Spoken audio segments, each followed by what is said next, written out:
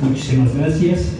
Siempre damos gracias a Dios por permitirnos predicar su palabra, por poder ser instrumentos en sus benditas manos.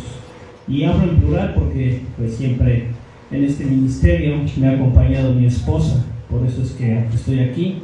Siempre hablo en plural y digo gracias a Dios porque nos da esa bendición. Bien, el tema de hoy es paz contra tensión, en esta serie que estamos viendo. Y les voy a pedir, por favor, que vayan a la carta de Filipenses, capítulo 4. Hoy estaremos dando lectura y viendo este mensaje de los versículos 1 al 8, por favor.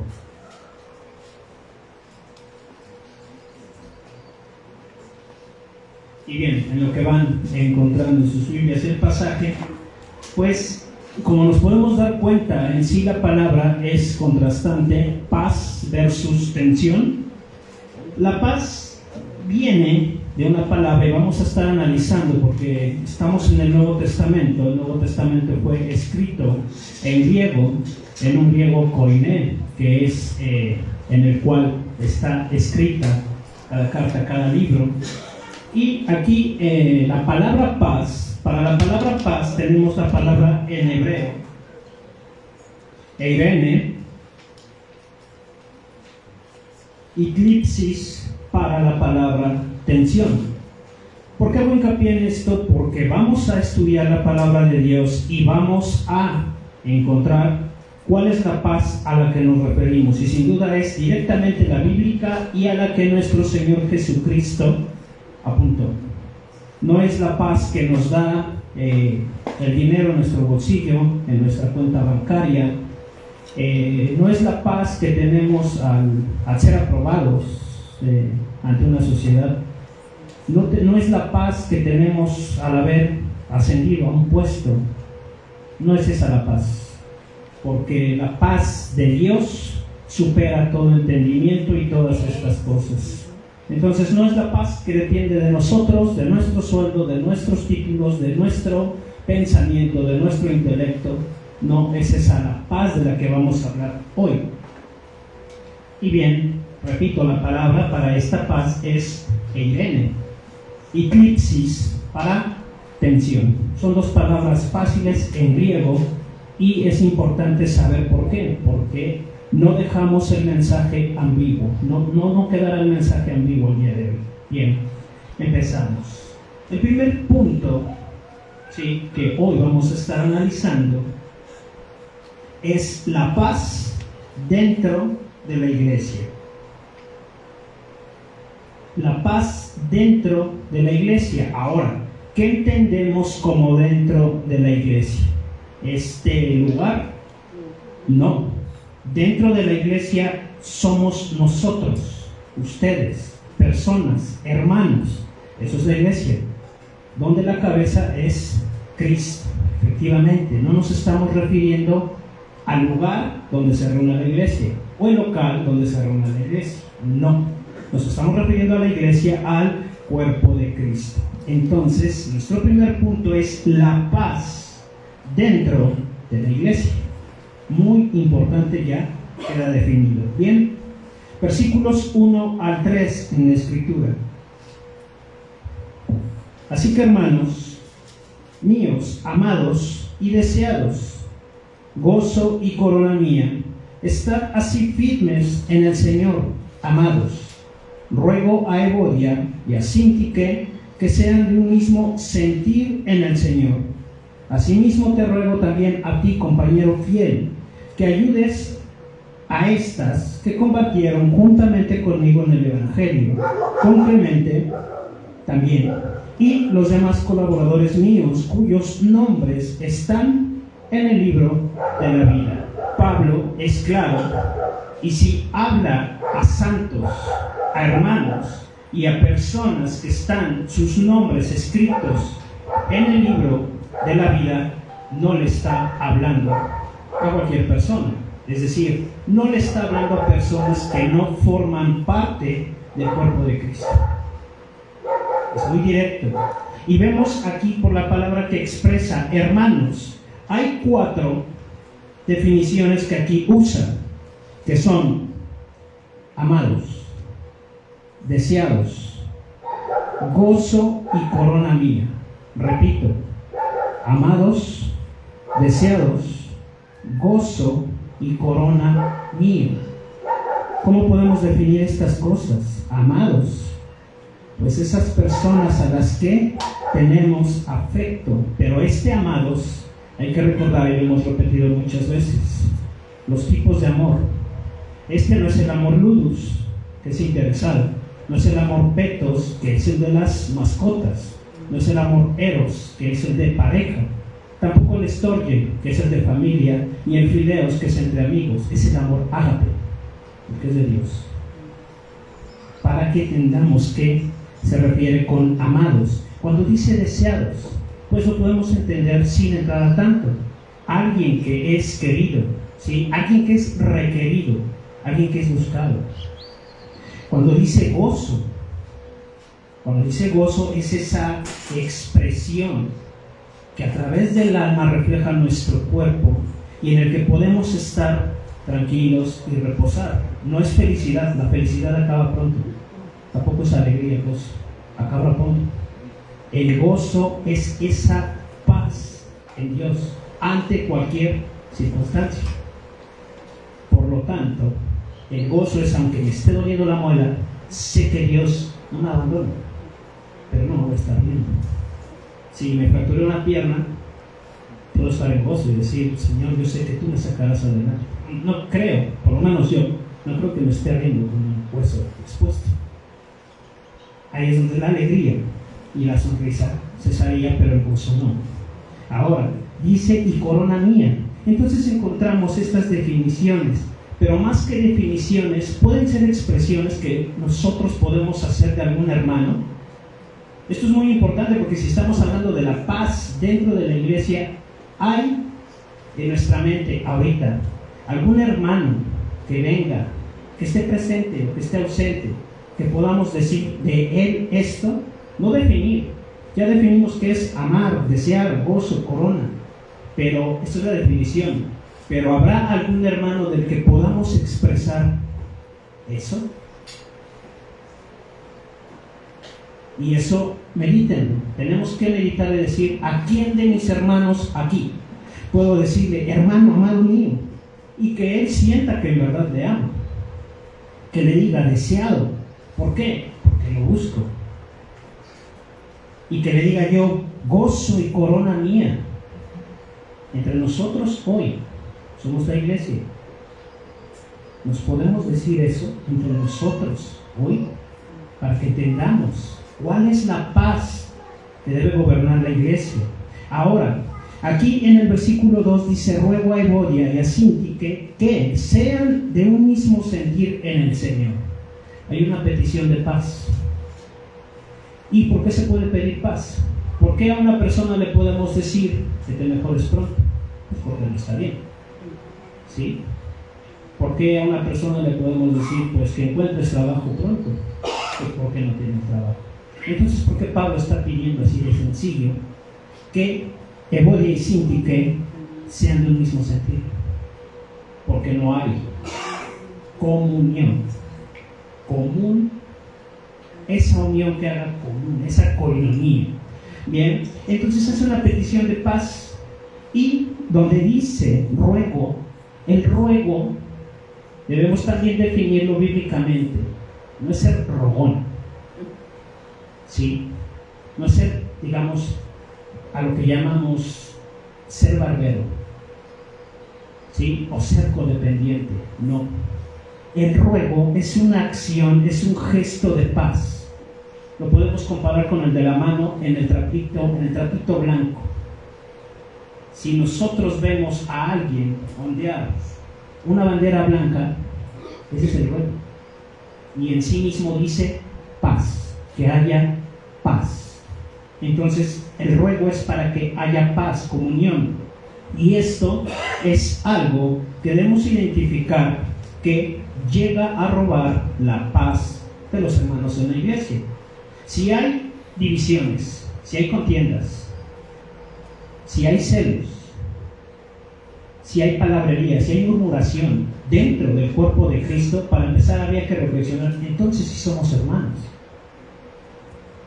Porque esto no es común ni propio del cuerpo, porque la paz que debe sobreabundar en la iglesia no es a través de la murmuración y de divisiones. Ahora, tomando el ejemplo, ruego a Evodia y a Síntique que sean de un mismo sentir. Y esto lo llegamos a ver a veces en la iglesia, ¿sí? Pero tenemos que ver la forma de solucionar. Y siempre que hay un problema, o alguna discusión, o alguna diferencia, si en verdad son hermanos, se soluciona pronto. Cuando no son hermanos, esto no se soluciona. Una persona que no acepta el perdón o no pide el perdón no es alguien que ha conocido a Dios. Entonces, ¿cómo puede haber paz dentro de la iglesia? Pasaría esto: ruego a Evodia y a Síntique que sean de un mismo sentir en el Señor, como lo debe ser la iglesia. El versículo 3 dice: asimismo te ruego también a ti, compañero fiel. Y quiero que reflexionen en esto.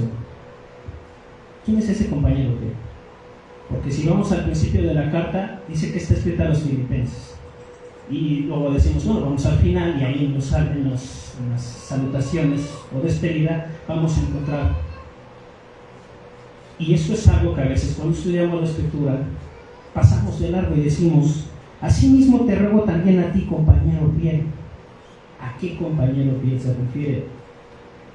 Si está escrita a los filipenses en plural. Y al final ya de este capítulo hace saludos de forma general. Pues ¿a quién escribe? Tenemos siempre que hacer hincapié dentro de la carta, porque podríamos decir, bueno, andaba con él Silas, Timoteo, Lucas, pudo haber sido uno de ellos, pero la Biblia se interpreta a sí misma, y ahorita vamos a ese punto. Asimismo te ruego a ti, compañero fiel, que ayudes a estas que combatieron. ¿A quién? A Evodia y a Síntique. A estas que combatieron juntamente conmigo en el Evangelio, con Clemente también, y los demás colaboradores míos, cuyos nombres están escritos en el libro de la vida. Hay que entender algo. Aquí Pablo, como siervo de Jesucristo, está exhortando a que no se dividan, a que sean de un solo sentir. Por eso entendemos que la paz dentro de la iglesia no está caracterizada por quienes se dividen o contienden. Hay hermanos que no aceptan la disciplina. Hay hermanos que confunden y saben, hay algo que debemos estimar, que es el valor de la gracia. Porque muchas veces nos dicen, es que estamos en la época de la gracia, pero la gracia tuvo un alto costo. Por gracia somos salvos, por medio de la fe. Esto no de vosotros, pues es un don que Dios nos da. No por obras, para que no nos gloriemos, ¿sí? Porque somos hechura suya, creados para buenas obras, las cuales Dios preparó de antemano para que anduviéramos en ellas. No tendría nada que ver con nosotros, como nos podemos dar cuenta. Y la gracia es precisamente valorar lo que Cristo ha hecho en nosotros y dar esos frutos dignos de arrepentimiento. Entonces, alguien que contiende, que divide, que no es de un mismo sentir, ¿cómo puede estar pues dentro de la iglesia en paz? Ahora, hay que hallarlos. ¿Por qué? Porque si no corregimos eso dentro de la iglesia, empieza a contaminar, ¿sí? Podemos poner de ejemplo cualquier enfermedad que empieza a contaminar un miembro, y luego otro miembro, y luego otro miembro, y finalmente destruye el cuerpo. Y esto es algo importante. Respecto a donde dice, asimismo te ruego a ti también, compañero fiel, no nos estamos dando cuenta quién está hablando. Y son cosas, que son detalles que si estamos contando dentro de la iglesia, todos cuentan. ¿Quién es ese compañero fiel? Si nosotros, y les voy a pedir, volteen un momento al capítulo 2, versículos 19 al 30. Lo voy a leer rápidamente. Dice, espero en el Señor Jesús enviaros pronto a Timoteo, para que yo también esté de buen ánimo al saber de vuestro estado, pues a ninguno tengo del mismo ánimo, y que tan sinceramente se interese por vosotros, porque todos buscan lo suyo propio, no lo que es de Cristo Jesús. Pero ya conocéis los méritos de Él, que como hijo a padre ha servido conmigo en el Evangelio. Así que a este espero enviaros, luego que yo vea cómo van mis asuntos y confío en el Señor que yo también iré pronto a vosotros. Mas tuve por necesario enviaros a Epafrodito, mi hermano y colaborador y compañero de milicia, vuestro mensajero y ministrador de mis necesidades, porque él tenía gran deseo de veros a vosotros, y gravemente se angustió porque habéis oído que había enfermado, pues en verdad estuvo enfermo, a punto de morir, pero Dios tuvo misericordia de él, y no solamente de él, sino también de mí, para que yo no tuviese alguna tristeza. Así que le envío con mayor solicitud, para que al verme de nuevo os gocéis, y yo esté con menos tristeza. Recibidle pues en el Señor con todo gozo, y tener en estima a los que son como Él. Entonces aquí ya tenemos la referencia a quién me habla. Pero menciona dos, menciona a Timoteo, y nos queda claro que dice: espero en el Señor Jesús enviaros pronto a Timoteo. Estoy en el versículo 19, para que yo también esté de buen ánimo al saber de vuestro estado. Ahora, en el versículo 25 dice: mas tuve por necesario enviaros a Epafrodito. Ahora, hace una característica aquí en Filipenses 4:3, donde dice: asimismo te ruego también a ti, compañero fiel, para que entendamos cuál es ese compañero fiel que debemos ser dentro de la iglesia. Si buscamos en el griego, que es importante porque es el idioma, aparecen tres palabras sugeridas, porque la que trae bíblicamente es susuje, pero aparecen susunge, susugos, y susuje quiere decir compañero de yugo, y también trae la palabra nesie, que es genuino. A Timoteo, en el capítulo 2, lo está determinando como nesie, y una palabra que es característica para el alma es isopsijón, que esto es que hay el mismo sentir. Por eso dice aquí, en el versículo 20, pues a ninguno tengo del mismo ánimo, y eso se está refiriendo al ánimo del alma, con esta palabra isopsijón, Timoteo. Pero nos damos cuenta que en el 4, versículo 3, donde dice: asimismo te ruego a ti también, compañero fiel, que esa es la característica que debemos tener para mantener la paz en la iglesia, a Epafrodito lo está describiendo en el capítulo 2 como nesie también, que es genuino, pero aparte ocupa dos palabras. Una es sunergo, que significa colaborador, y la otra es sustratioten, que es compañero de servicio militar. Entonces nos damos cuenta aquí que a ese que le está diciendo: así mismo te ruego a ti, compañero fiel, es Epafrodito. Seguimos.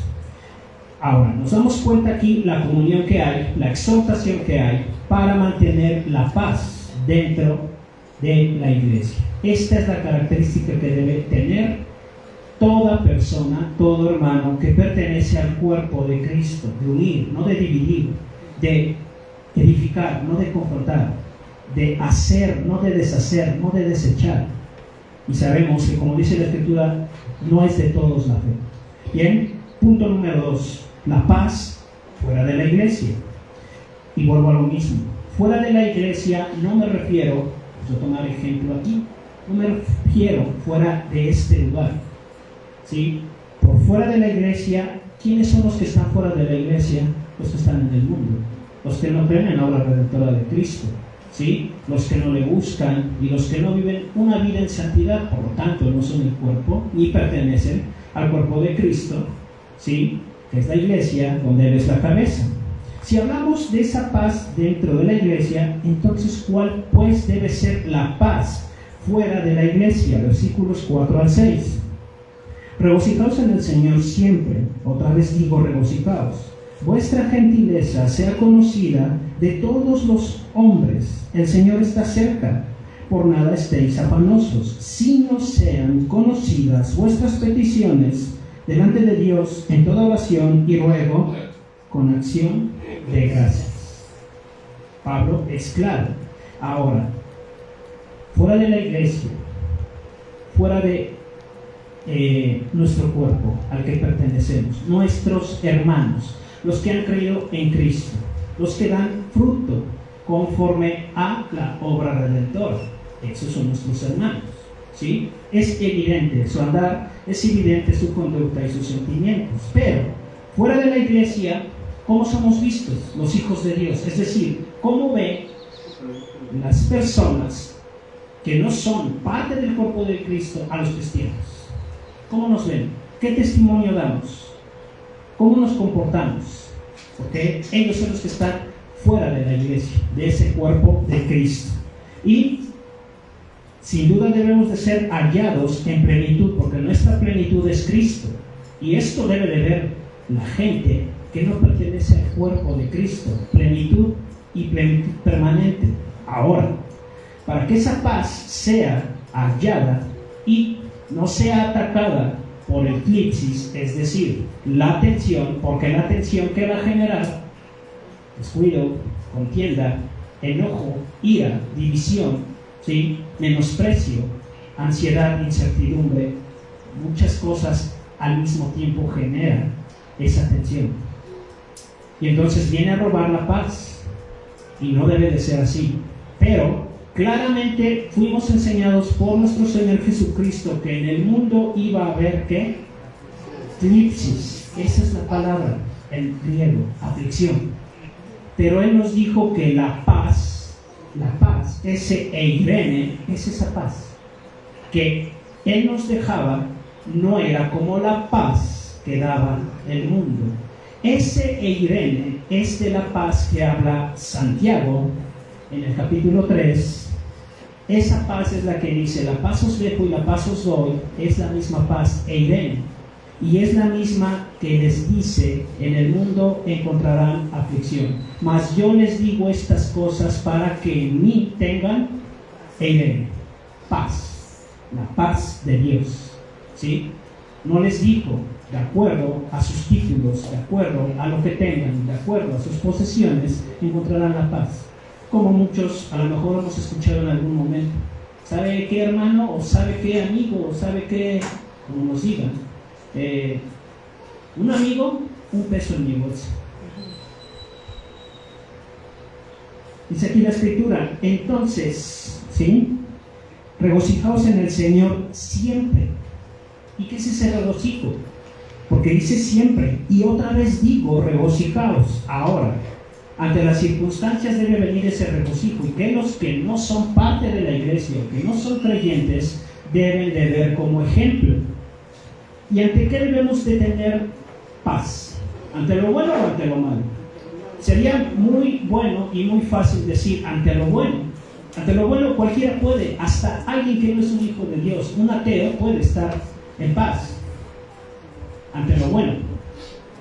Pero los hijos de Dios tenemos la cualidad de ser fortalecidos y demostrar el regocijo en las circunstancias adversas.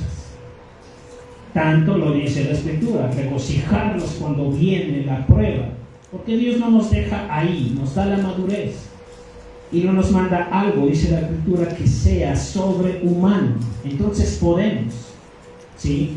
Y es una cualidad que nos debe acompañar para los que están fuera de la iglesia, que ellos vean en nosotros el regocijo siempre ante las circunstancias, y que nos digan: yo veo que estás tranquilo y te quedaste sin trabajo, yo veo que estás tranquilo y no tuviste esto, no tienes aquello, a lo mejor no tienes una buena salud, a lo mejor estás hospitalizado, y veo que estás alegre, porque me regocijo siempre en Cristo Jesús. Ese es un buen testimonio, y ese es mostrar la paz fuera de la iglesia. Ya lo habíamos dicho, el agape lo tenemos que mostrar a todos. Dice aquí el versículo 5: vuestra gentileza, ¿sí? Vuestra gentileza sea conocida de todos los hombres. El Señor está cerca. Cuando dice sea conocida toda vuestra gentileza, hablamos de ese amor ágape. No quiere decir que nos hagamos como la gente del mundo. Quiere decir que tenemos paciencia, madurez y sabiduría para compartirles la palabra de Dios, y también por ese testimonio puedan llegar a querer acercarse a Cristo, que más bien sabemos Cristo es el que se acerca, porque Dios nos amó primero, no que nosotros hayamos le amado antes. Y a todos nos encuentra como pecadores, pero no nos deja ahí, sino que nos mueve. Por eso muchos sacan de contexto Romanos 5:8. Mas Dios muestra su amor para con nosotros, en que aún siendo pecadores, Cristo murió por nosotros. Ya ven, Dios ama al pecado y al pecador. No. Vamos a Romanos 6:1 y dice que pues diremos, perseveraremos en el pecado. Ningún modo. Porque Dios nos encuentra pecadores, claro, pero nos mueve para arrepentirnos, la metanoia, el cambio de dirección, el cambio de corazón, el cambio de mentalidad. Y eso lo deben ver las personas fuera de la iglesia, es expresar fuera de ese cuerpo de Cristo esa paz, para que la tensión, porque la tensión siempre la va a haber, siempre va a haber algo que nos genere tensión, y puede ser propio o puede ser también ajeno, porque pueden estarse, imagínense un choque, eso no lo provocan ustedes, imagínense que genera tráfico y van a un lugar, no estaba en sus manos, ¿cómo responden ante eso? Esa es tensión ajena, y a veces la propia. Hay que revisar cuáles son nuestras decisiones que nos llevan a estar tensos, con estrés, con amargura, con coraje. ¿Por qué no puedo expresar esa paz a los que son del mundo? Nos damos cuenta que aquí en el versículo dice: el Señor está cerca. ¿Y qué debemos de entender por el Señor está cerca? Dos cosas: que nos está mirando en todo tiempo como sus hijos, y que nos envía como luz del mundo a predicar, a enseñar, a mostrar el amor, a ser la sal, no agredir a los de afuera, no agredir a los de afuera, no a contender, no a pelear, no a dar bibliazos. No nos manda a eso, nos manda a hacer luz. Eso es una de las consideraciones que debemos tener cuando dicen el Señor está cerca, y la otra pues es su segunda venida. Esto es que tener más que un sentido, es que esté arraigado a nosotros como raíz en el corazón, no como un presentimiento o algo que sea pasajero. En el versículo 6 dice: por nada estéis afanosos, sino sean conocidas vuestras peticiones delante de Dios en toda oración y ruego con acción de gracias. Y dice que por nada estemos afanosos.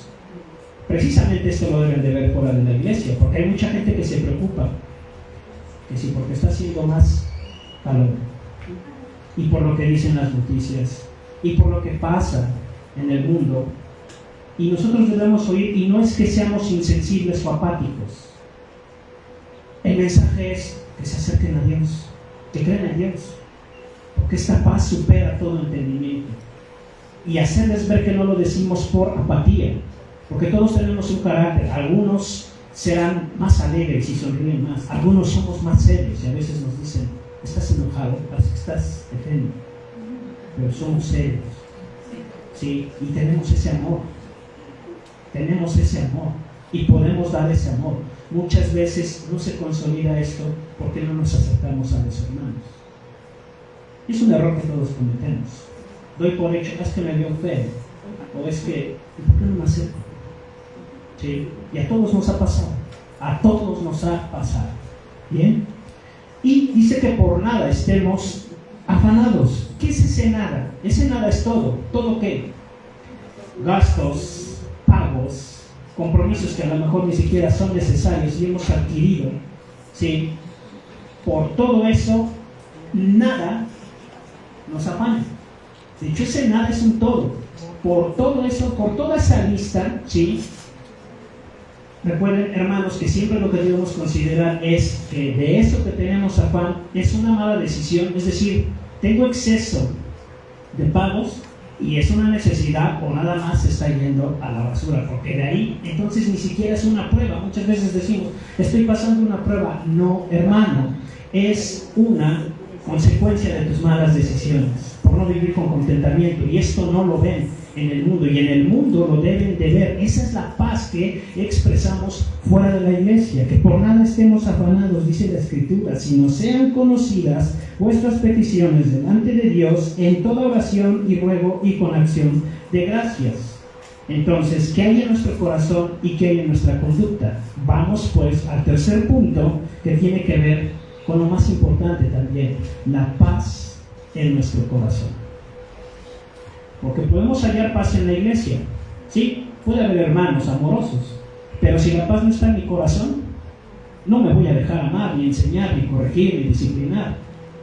Incluso puede haber gente amorosa fuera de la iglesia. Hay gente que es dadivosa, hay gente que da, hay gente que puede decir, hago esto, hay gente que pone asociaciones y gasta millones. Y sabemos que para Dios, directamente como obra, nada de eso vale. Y mis hermanos, los que son espirituales, entienden, ¿no? Porque una persona que no es espiritual diría, ¿cómo? Entonces no vale que me gasté $1,000,000 de pesos en esto. Y pues muchas veces dicen, ¿y ustedes cristianos qué hacen? No nos estamos refiriendo, sí, pero lo hacen para sí, por su propio vientre. Eso no vale nada. Hay que entender que es todo lo que hacemos en Cristo, y Cristo hace sobreabundar. Esta es la paz que deben ver fuera de la iglesia las personas que no son dentro de la iglesia, que no vean tensión en nosotros. Y repito, hay tensión propia y tensión ajena, ¿sí? Ese eclipsis que es bastante dañino. ¿Cómo actuamos ante él? Respecto a la paz del corazón, los 2 versículos finales dicen: y la paz de Dios, que sobreabunda todo entendimiento, guardará vuestros corazones y vuestros pensamientos. Versículo 8: por lo demás, hermanos, todo lo que es verdadero, todo lo honesto, todo lo justo, todo lo puro, todo lo amable, todo lo que es de buen nombre, si hay virtud alguna, si alguno digno de alabanza, en esto pensad. Ahora, este versículo 7 y 8 son bastante claves para la paz dentro del corazón. Dijimos que la paz a la que nos estamos refiriendo, porque el versículo 7 dice, y la paz que es de Dios, y la paz de Dios, es decir, y el eirene, que es de Dios, o sea, la paz que es única, no de qué puedo hacer yo con mi intelecto, con mis sentimientos y con mi dinero. No, lo que hace Cristo, lo que hace Dios, ese eirene, ¿sí? Es esa paz.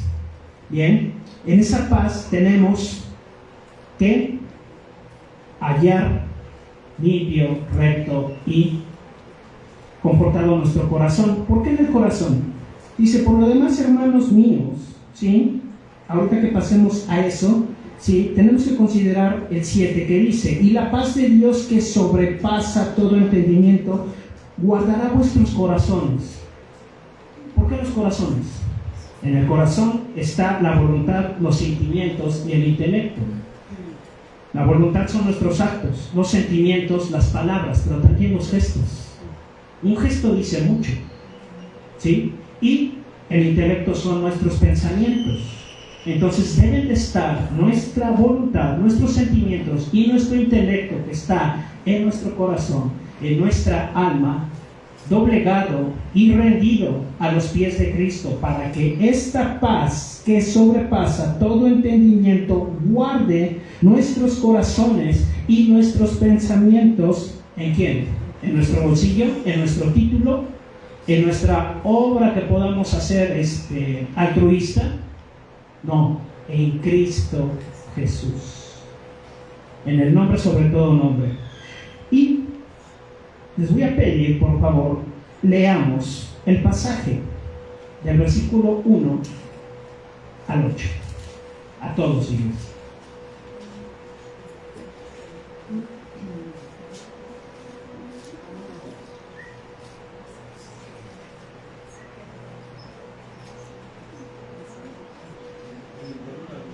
Del 1 al 8, Filipenses 4, del 1 al 8. ¿Ya lo tienen? Leemos todos, por favor. Así que, hermanos míos, amados y deseados, gozo y corona mía, estad así firmes en el Señor, amados. Ruego a Evodia y Sintique que sean del mismo sentir en el Señor. Asimismo te ruego también a ti, compañero fiel, que ayudes a estas que compartieron juntamente conmigo en el Evangelio, con Clemente también y los demás colaboradores míos, cuyos nombres están en el libro de la vida. Regocijaos en el Señor siempre. Otra vez digo, regocijaos. Vuestra gentileza sea conocida de todos los hombres. El Señor está cerca. Por nada estéis afanosos, sino sean conocidas vuestras peticiones delante de Dios, en toda oración y ruego, con acción de gracias.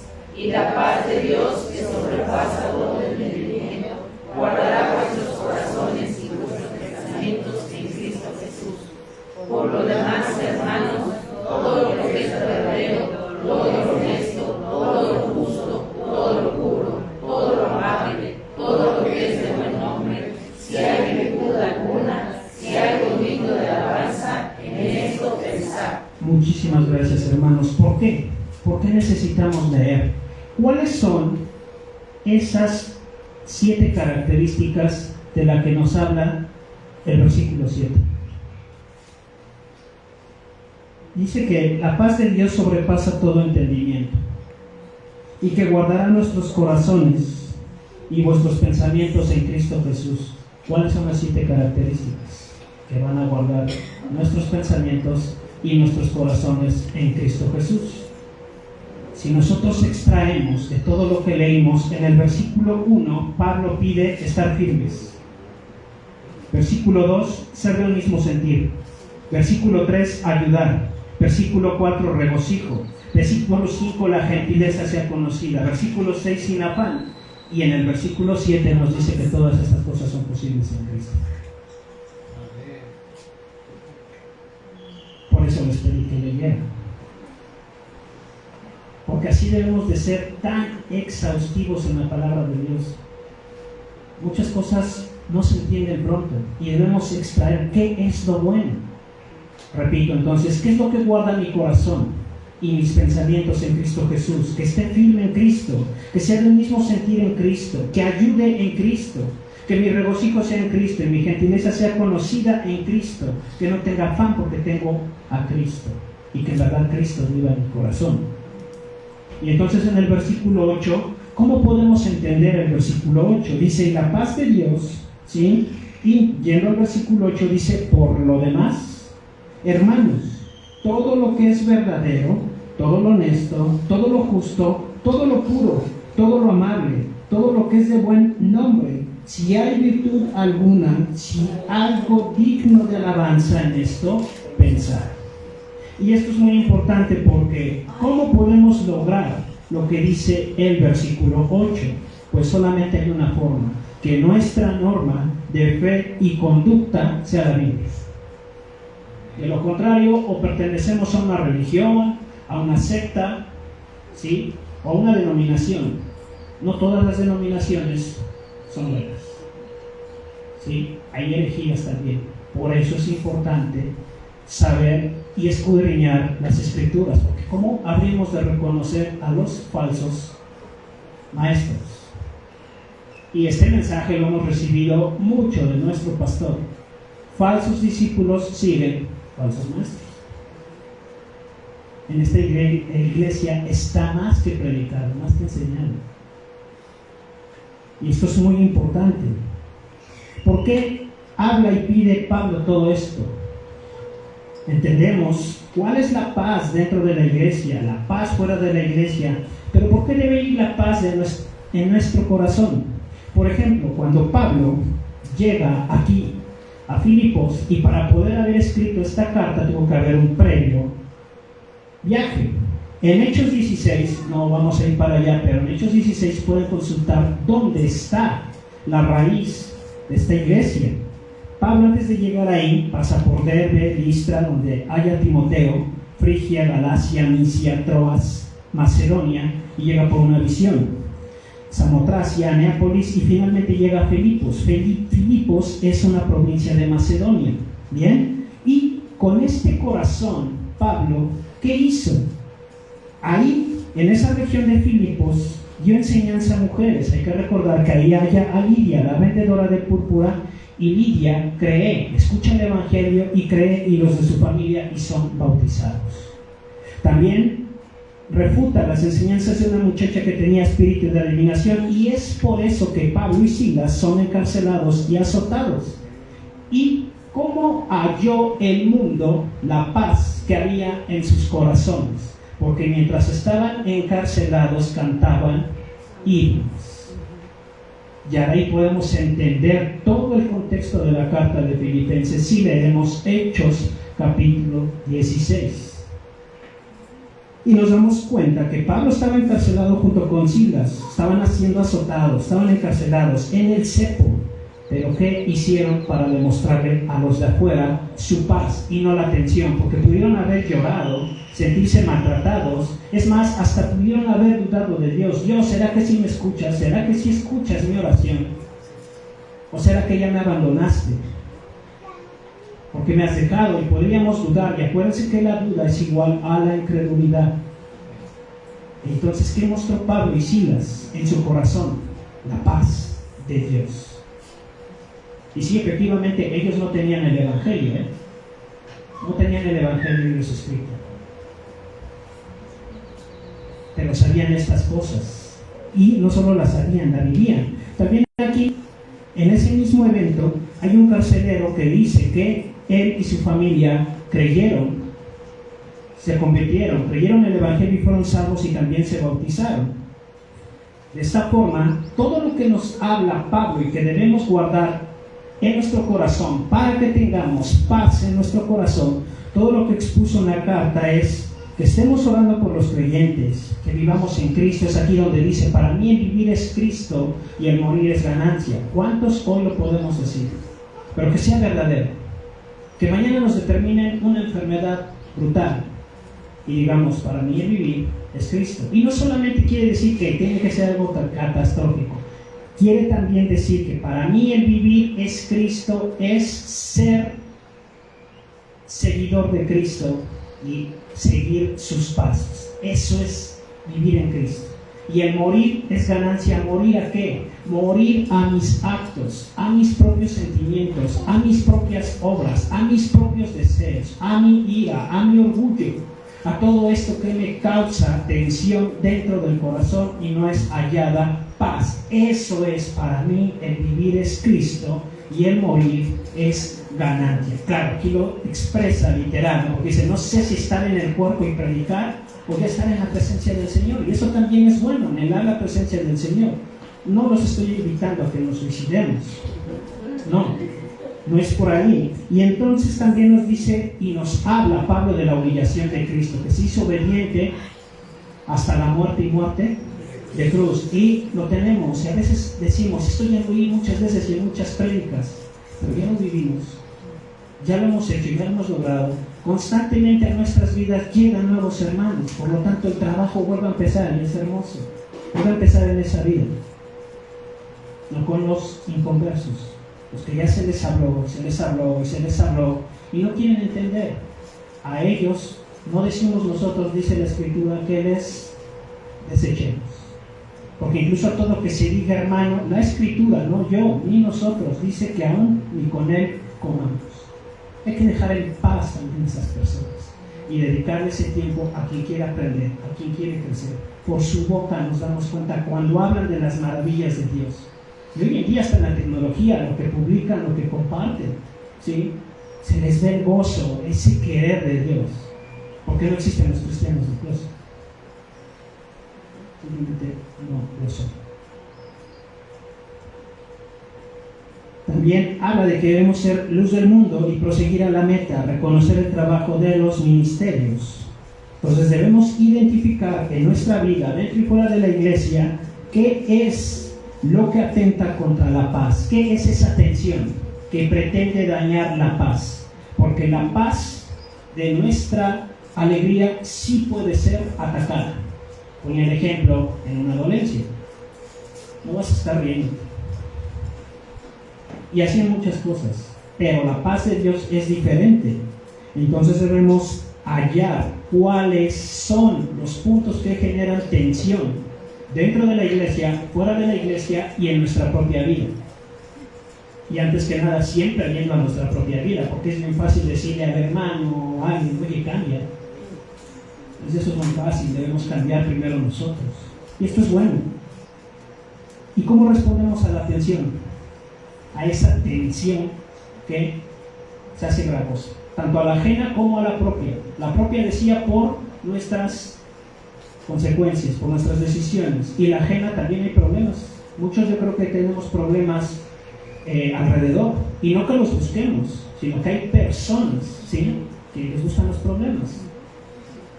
¿Sí? Vecinos, en la escuela, en el trabajo, pero ¿qué hay de cuando es callado dentro de la iglesia? Eso no puede ser posible. Entonces estarían burlando a los que están afuera. Todos los que somos maduros debemos ir y participar en esa reconciliación. El carácter debe ser conforme a Cristo. ¿Por qué? Porque en el versículo 8 dice, por lo demás. Hay gente muy inteligente, ¿sí?, que dice, ¿qué es lo que debo seguir de la Biblia? Todo lo bueno.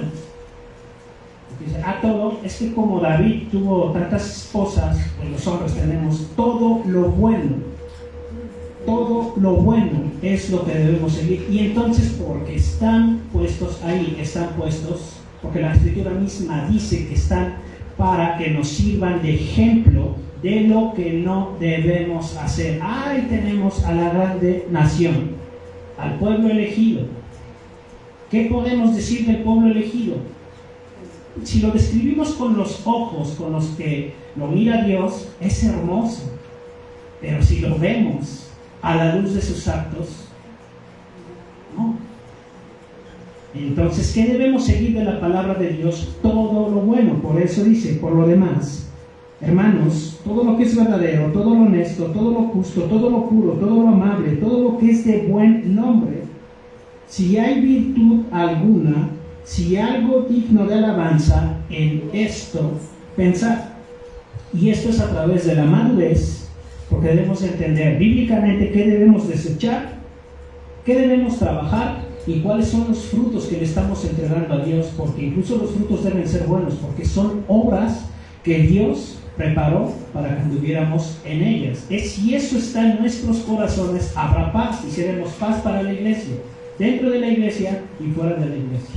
Y entonces la paz, como dijo nuestro Señor Jesucristo, ¿sí?, la paz sea sobre ustedes, la paz.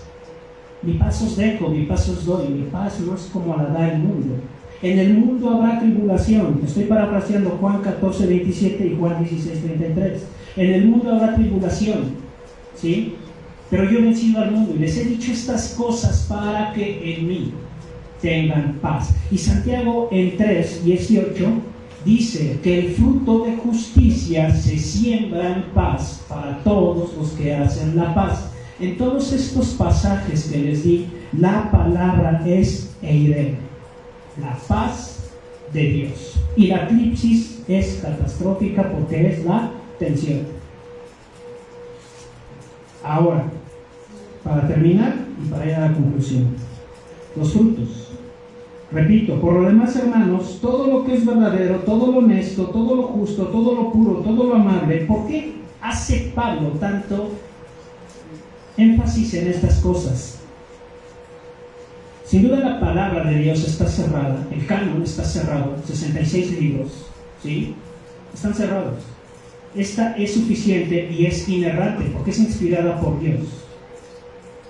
Pero, ¿por qué debemos considerar esto? Muchas veces hay cosas que no dice la palabra de Dios, por ejemplo, respecto a las drogas, respecto a la cerveza, al vodka, tal vez, ¿no?, a la marihuana, a la cocaína, a muchas cosas. Y hay personas bien inteligentes que dicen, pues como no lo dice la Biblia, no es un argumento. Por eso Pablo nos exhorta aquí. Por lo demás, por lo demás es por todo lo que ya dijo. Es decir, por el capítulo 3, por el capítulo 2, por el capítulo 1 y si queremos ver la raíz, Hechos 16. Y van a entender muy bien la carta.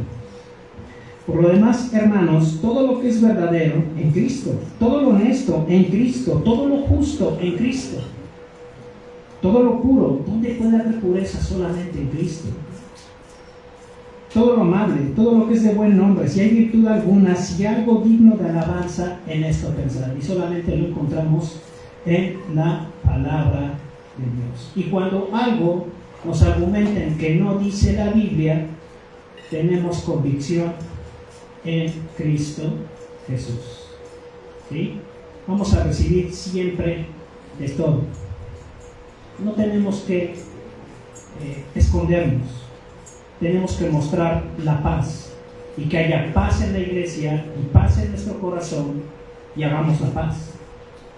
Esa paz que Cristo nos enseñó. Vamos a los puntos de conclusión. Punto número 1. La paz dentro de la iglesia significa el estar unidos en Cristo y separados del mundo. Porque si estamos hechos al mundo, no vamos a tener paz en ningún lado. Porque claro es Pablo, que es la paz de Dios. Y la paz de Dios, versículo 7. Entonces, primer punto de conclusión, la paz dentro de la iglesia es el estar unidos en Cristo y separados del mundo. Punto número 2. Respecto a la paz fuera de la iglesia, si vivimos una vida espiritual, va a ser visible.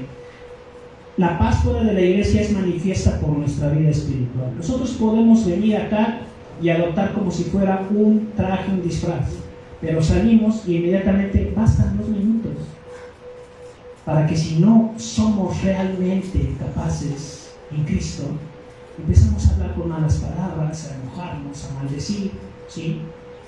Y entonces no hay vida espiritual que pueda impactar al mundo fuera de la iglesia. Entonces, el punto 2, la paz fuera de la iglesia se debe manifestar en una vida espiritual. Somos luz del mundo, la sal. Punto número 3, la paz en nuestro corazón, ¿sí? Que nos lleve a meditar algo el día de hoy. No nos engañemos, todos, estamos contados todos. La pregunta es, y esto es personal para cada uno, todos a la vez y personal, ¿tenemos paz?